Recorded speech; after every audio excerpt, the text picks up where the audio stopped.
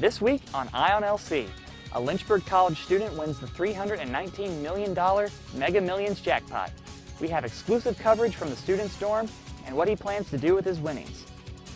Lynchburg College also announced this week that the dorms will now offer a new expanded cable service on campus. We will sit down with the woman responsible and watch your speed, LC. Campus security now has the authority to pull you over. We sit down with security for more. By the way, April Fools. The news is next.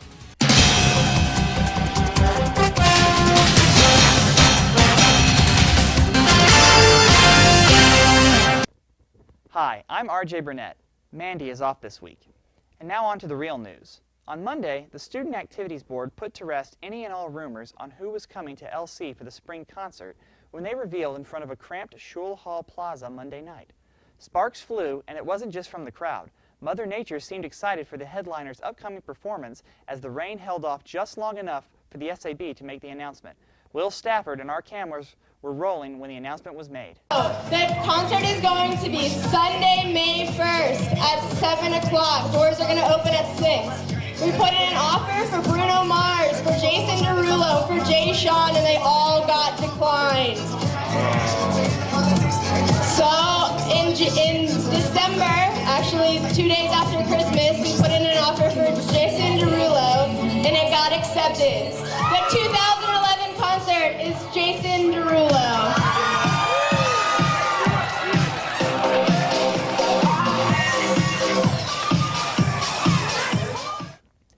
Roughly 80 people in Lynchburg joined volunteers from all over the country for the March on Litter cleanup event. People driving through downtown Saturday could see orange bags filled with trash lining the streets. For 13 years, Lynchburg's Public Works Department has hosted this event with Citizens for a Clean Lynchburg. This past Thursday, the theater department had an interesting trip to the Clater Center in Bedford County. The department put on an outdoor production at the amphitheater. Billy Orendorf was at the production and has more.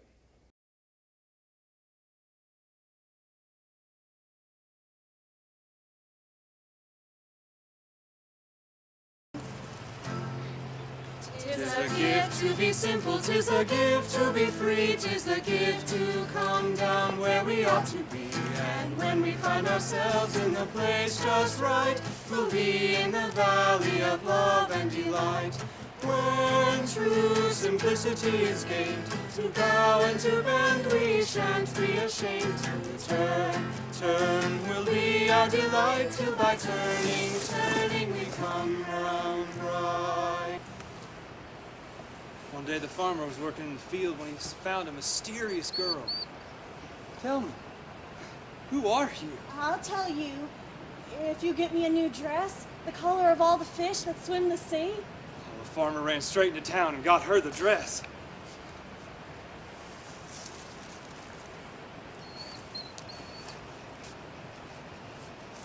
Now tell me who you are. I will, if you get me a silky sash, the color of all the birds that fly through the air. Oh, the farmer got her the sash too.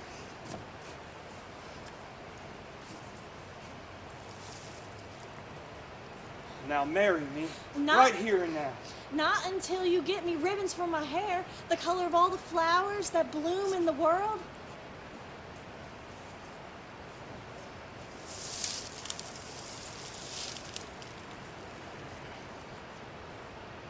Now marry me. I'll marry you, but only if you give me your traveling box. He didn't want to part with his traveling box. It had magic. But he wanted this pretty girl even more. All right. I'll have my traveling box. Now you wait right outside for me. I got to go inside and put on my new things for our wedding. When the farmer went out the front door, Catskins went out the back. Take me from here, traveling box. Rise and fly, way up high. Catskins flew away up high. Over mountains and meadows she could fly. she soared like a sparrow. The sun was her crown. She sailed on the clouds until she came down. Let me down. But when she cut him a piece, the ring fell out on the plate. Who baked this cake? Where did it come from? I did. The son didn't believe her. Whoever baked this cake, you take me to her, or I'll run you right off this mountain. The old woman was so scared she ran like a dog with its tail on fire. Catskins!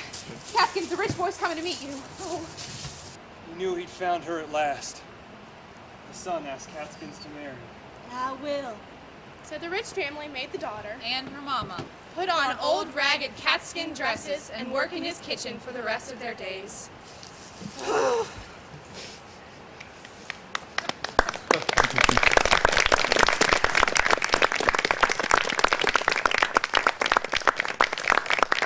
Big Brothers and Big Sisters struck it big Saturday at their largest fundraiser of the year. Teams competed at the annual Bowl for the Kids' Sake event to raise money for the organization's mentoring program. Each competitor collected a minimum of $50 in pledges before the big matchup. The winning team and biggest fundraisers got their names on a special trophy. Friday, the Concerto Showcase featured the best in the music department in a program in Sidner Performance Hall. I attended the performance and filed this report. Last Friday, March 25th, the LC Music Department hosted its annual Concerto Showcase in the Sidner Performance Hall. The showcase is used as a way to share the talents of LC's most musically gifted students with the rest of the campus. There were many performers present whose musical talent, both with instruments and vocal performance, was beyond reproach. But the highlights of the evening were the skillful piano mastery of Mr. Matthew Booth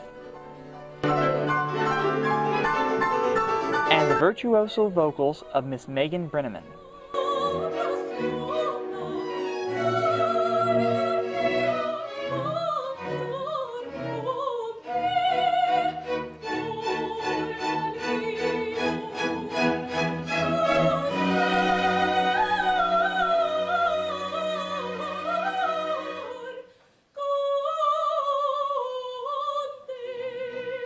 For their excellence in performance, these two students received both a check for $200 apiece and the adoration of the crowd.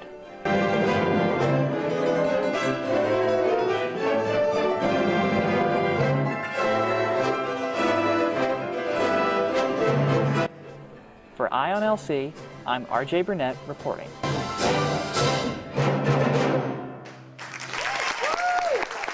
We would like you to send a letter and ask that Lynchburg College be removed.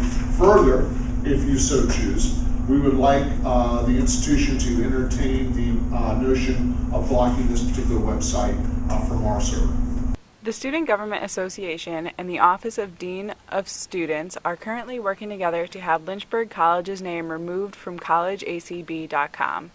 This site is designed so that students can search their college, set up topics, and then anonymously post opinions about each topic. On the Lynchburg College page, many have been started that have quickly turned into an outlet for hate speech.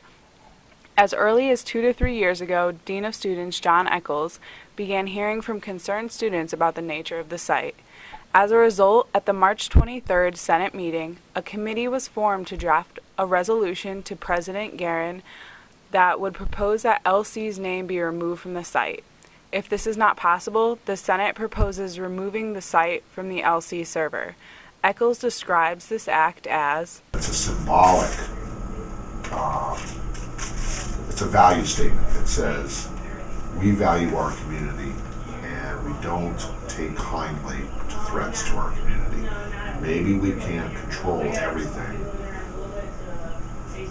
but things that we can control, we're going to think about, and if they make sense, we're going to do them. And that's what I kind of like about this. In addition, the response to the site will also include educating the students on LC's positive sense of community and the harmful nature of the site to this environment. This environment, as Eccles described it, is not sheltered and kind of mastered and controlled, and our students don't know how to function when they get out of here. So that's the pull, and it is those things that the Senate needs to debate, and it's obviously those things that the administration will debate, and ultimately decide what we want to do if we go down the blocking of the specific site. So those would be the negatives that I would see to it, and they're real. They are very real. To read more about this story, check out this week's Crittergraph. For Ion LC, I'm Critograph staff writer Teresa Gillette. Now for an update of international news, here's world correspondent Becca Loftus. In the most recent update on Libya, rebels have reclaimed two key cities, Ras Lanuf and Al Brega. Many of Gaddafi's troops retreated after the airstrikes. Now the rebels have gained back all of the territory they had lost to Gaddafi at the beginning of the war. The rebels will continue to gain territory as they make their way to the capital city of Tripoli. Their next stop will be to Gaddafi's hometown of Sirte, hoping to gain ground there.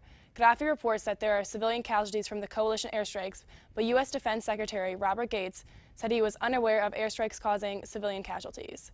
President Obama defended the U.S.'s action, saying, "The United States should not and cannot intervene every time there's a crisis somewhere in the world," Obama said. "But I firmly believe that when innocent people are being brutalized, when someone like Gaddafi threatens a bloodbath that could destabilize an entire region, and when the international community is prepared to come together to save many thousands of lives, then it is our nation's interest to act, and it's our responsibility. This is one of those times."